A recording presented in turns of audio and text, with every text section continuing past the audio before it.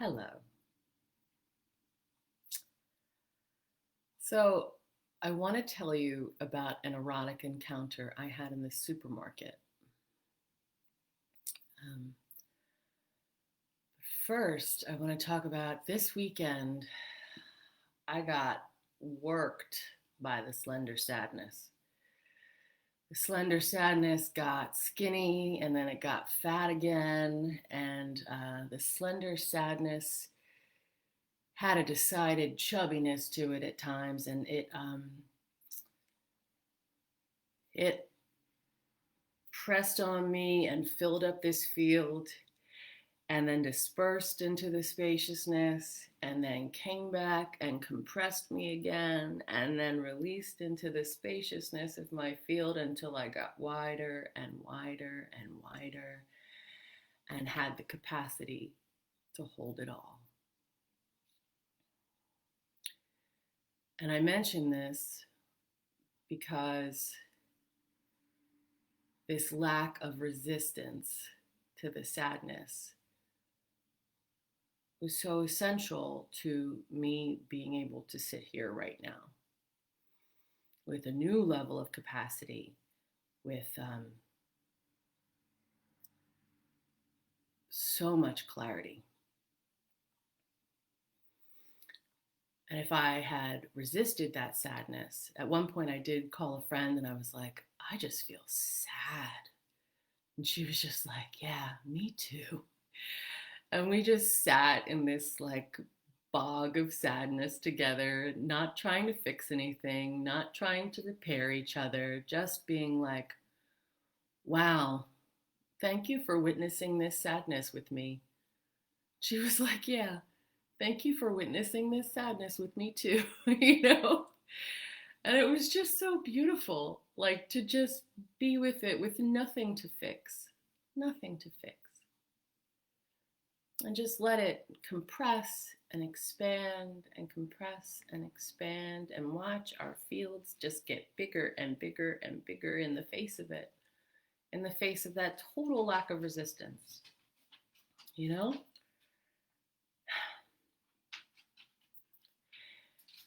And so I'm always telling you guys, like, just stay in that field and something will come, right? Something always comes. And you can respond to it with so much more heart if you don't resist the darkness, the sadness, and just sit in the bog until the other thing comes, till the next thing comes. And so yesterday I got an email from my landlady saying that I had to move some of my stuff. It's in the barn, and so I did, and brought in my winter stuff. And of course, in the bin with my winter stuff was my elf onesie, because it's onesie season. On the other side of that sadness, the elf onesie is back. What? And the elf onesie is a big part of the clarity that's emerging from the bog.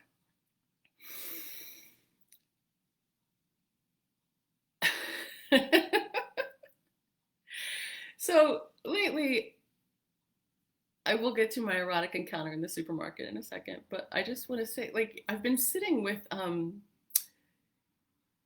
you know, I am a Buddhist, but I am a Buddhist with a pussy. So where does that land me in my lineage? And so I was like going way, way, way, way back. And like, I did this thing in August. Perry Chase had this beautiful container called Apocalypse. And there was this wonderful guided meditation by this Australian woman, Sigourney Weldon, who talked about Chundi, right? And the etymology of Chundi is related to Kant. I did a live about that a little bit ago. And so Chundi is very much alive in Buddhism and the roots of Buddhism. And so I started digging and digging and digging, like, where is she? Where is Chundi, mother of all Buddhas, mother of 7 billion Buddhas. I don't find her anywhere in contemporary Zen practice. Where is she? I had to go all the way back to the Tripitaka to find Chundi. But there she was, right?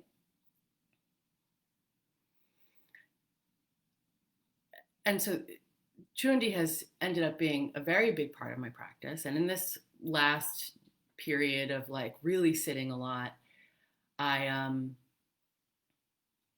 I just had this heart opening. I mean, the theme of the practice period was the Heart Sutra. And I just was really just like, I got blown so wide open in this last month. Like, I thought I'd been blown open before, and I had, but like, wow, this is just a different deal altogether. It's just a new layer of just feeling this interconnectedness and this interpenetration and the deep eros of that, and just having the capacity to hold and move with all that is in a way that is just so deeply luscious. Like, it feels amazing. And even as sad as this weekend was, and like realizing all these losses and where my path is going, and it's not going here, it's going here, and what does that mean, and how does that feel, and just like, oh, being able to be with the grief of what will never be, and realizing that there's I did a video on the Genjo Koan a little bit ago where I talked about fanning yourself and summoning invisible forces, and how that's right in our hands, right? We all have that power to generate wind, right? Oh, look at that. There's the wind. And that the incredible power of that that's right at our fingertips. And there's this line that comes in the Genjo Koan after that story of Mayu and the monk that says, the nature of wind is permanent, and because of that, the wind of the Buddha's house brings forth the gold of the earth and ripens the cream of the long river. Ripens the cream of the long river. Well, if that's not a manifestation of Chundi, I don't know what is. So I've had to think, where is the gold in my womb, and how shall I ripen the cream of the long river? Because I feel the wind of the Buddha's house upon me. You know, I take my responsibility as a lineage holder very seriously, and I take my vows very seriously, but I'm a Buddhist with a pussy. And here we are. So what does that mean? And I think what's emerging from the confusion that has grown out of that for me is that fundamentally I'm a psycho-spiritual ecologist. I'm very aware of my own system and how my system interacts with the broader systems, and the work that I do with people is to make them more aware of and responsible for their system as it interacts with broader systems. How we are creating the climate. We are creating that energetic climate with every step we take. So if you are bummed out about the climate catastrophe, but your personal climate is centered in the identity turbine and has a bunch of congestion and isn't really moving with the broader field of all that is, well, you're really contributing to pollution.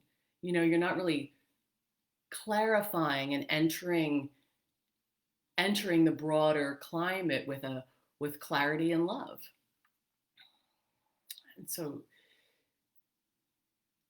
as I've become clearer and clearer about how my service looks in the world, this idea of being a psycho-spiritual ecologist just seems like very obvious to me. Very obvious. So I was at this supermarket this happened last week. So I'm at the supermarket. I had done a whole day of gardening, and I'm not like one of those genteel gardeners with the clippers. I'm like a get my dirty Carhartts on and dig around and gather the wet leaves, and like I love putting those gardens to bed so much. Just like all these hardworking plants that have done all this blooming, and now you get to rest. We get to put you to bed for the winter.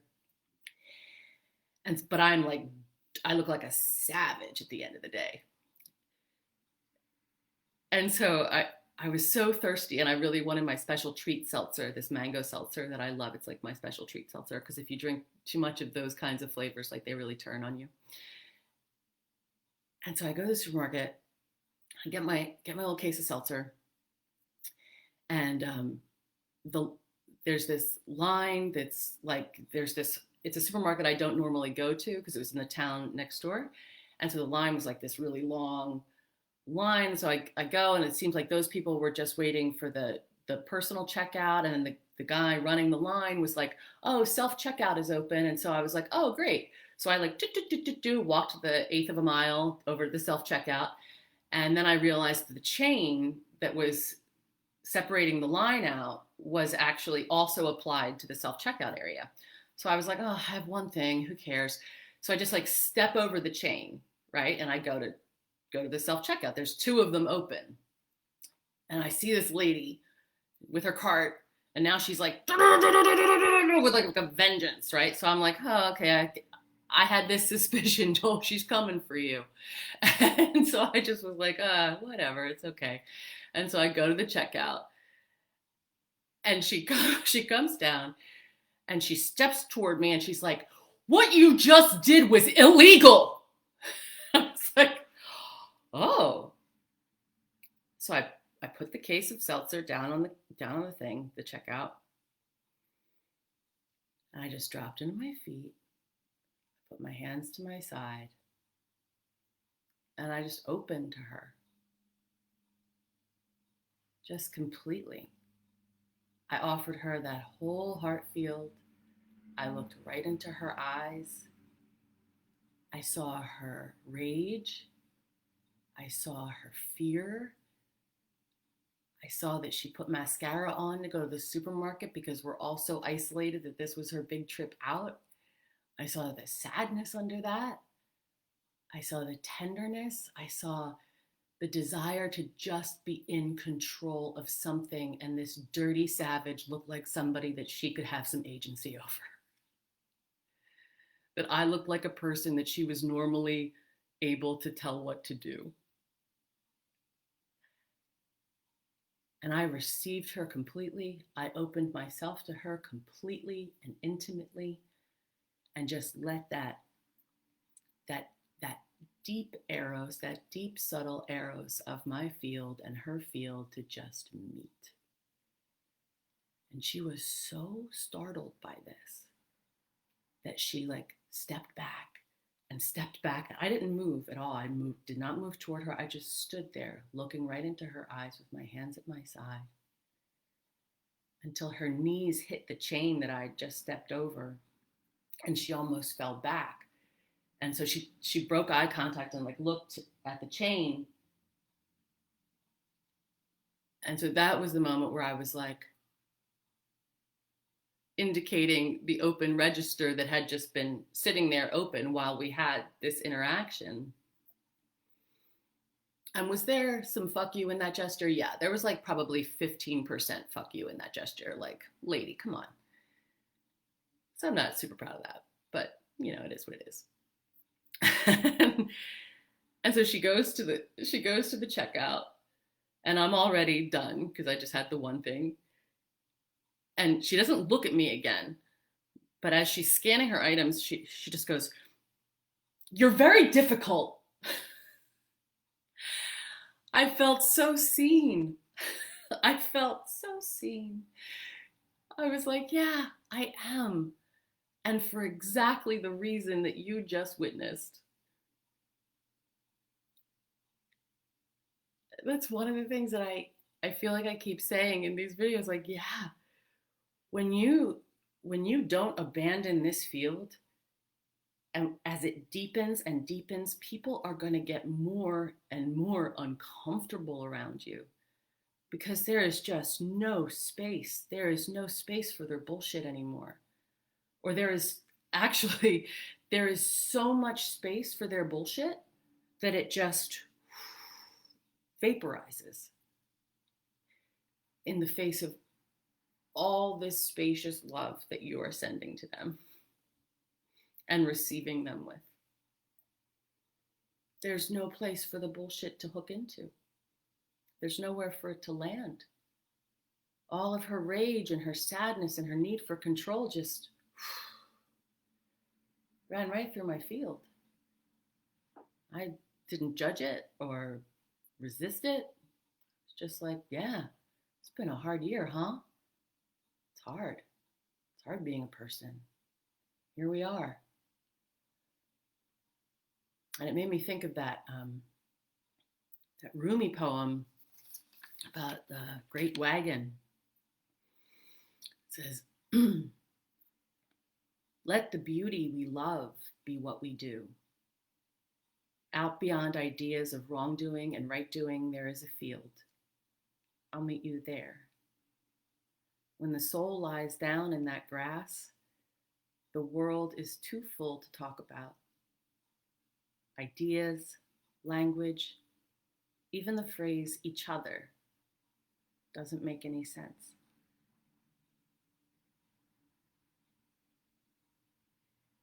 And yeah, there was just this wordless,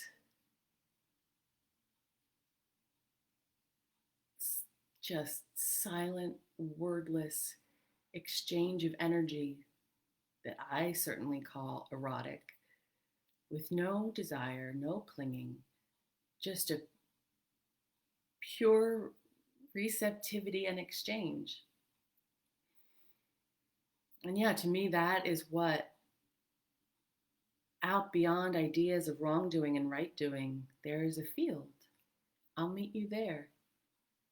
And to meet this stranger there, this stranger that was coming at me with rage and a need to control, I just met her there. And like neither of us had the moral high ground in that situation. Yeah, I probably should have gone back into the line and waited for the self-checkout, and she probably shouldn't have yelled at a stranger. But we were beyond ideas of wrongdoing and right doing at that point. We were deep in the field together.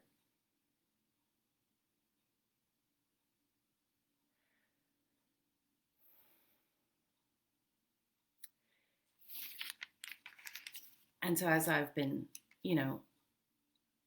sitting with this sadness and this change of the seasons and thinking about, oh God, seasonal affective disorder, is that really a thing? Like, because yeah, it's sad when things slow down and the winter comes and all of that energy returns to the body and all of the leaves fall off the tree and the energy goes back into the root of the tree, Yes, that's a marker of loss. And why do we think we're supposed to be more productive than the tree? Why do we think that we're supposed to be springtime in the fall?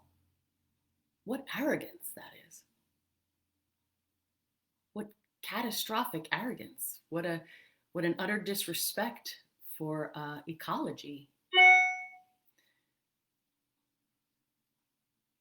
And for me to be able to really be so completely with the autumn, the inherent losses of autumn, the nakedness that the trees are starting to show, to be with the bones of things, to watch time continue to move right outside my window, the intimacy of that, and then to meet that with the intimacy that I shared with this stranger.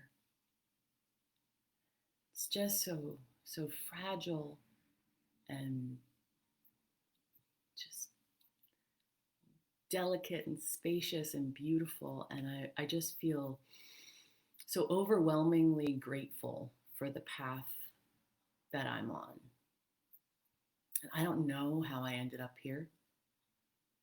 This wasn't really what I wanted. It wasn't like my idea, like of, yeah, let's uh let's be a psycho spiritual ecologist. Like, oh, okay. That wasn't on the checklist in fifth grade.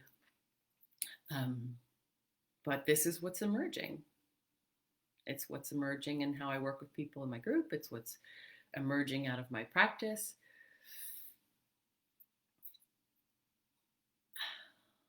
It's what lives within the elf onesie. Oh, and so thinking about ripening the cream of the long river, this long river of practice, this river of Buddhism and of Zen Buddhism, in my case specifically, that has just come through time, and like this connection that I feel with a few of my ancestors in particular, and their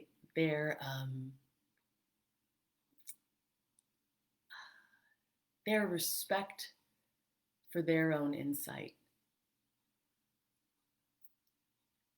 and the courage and compassion that they had with themselves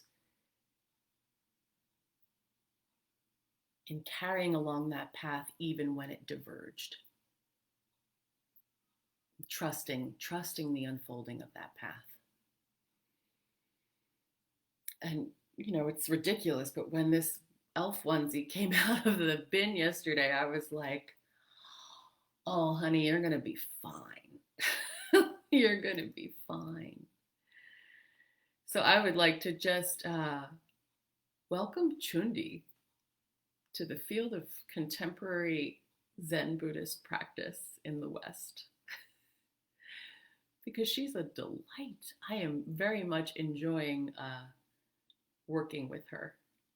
And so this is the chant that came to me, I guess, months ago now, probably a few months ago now. And it's not the traditional Chundi mantra, but this is how it arrived one morning to me. And so I share it with you. This is the Chundi Dharani, which sure does look a lot like a vulva.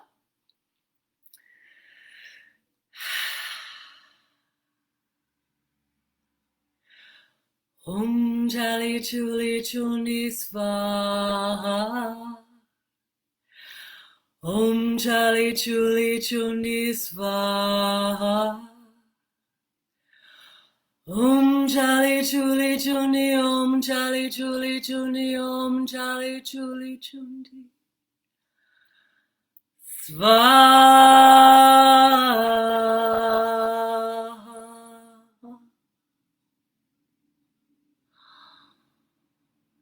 Have a gorgeous fall day, and thank you for joining me.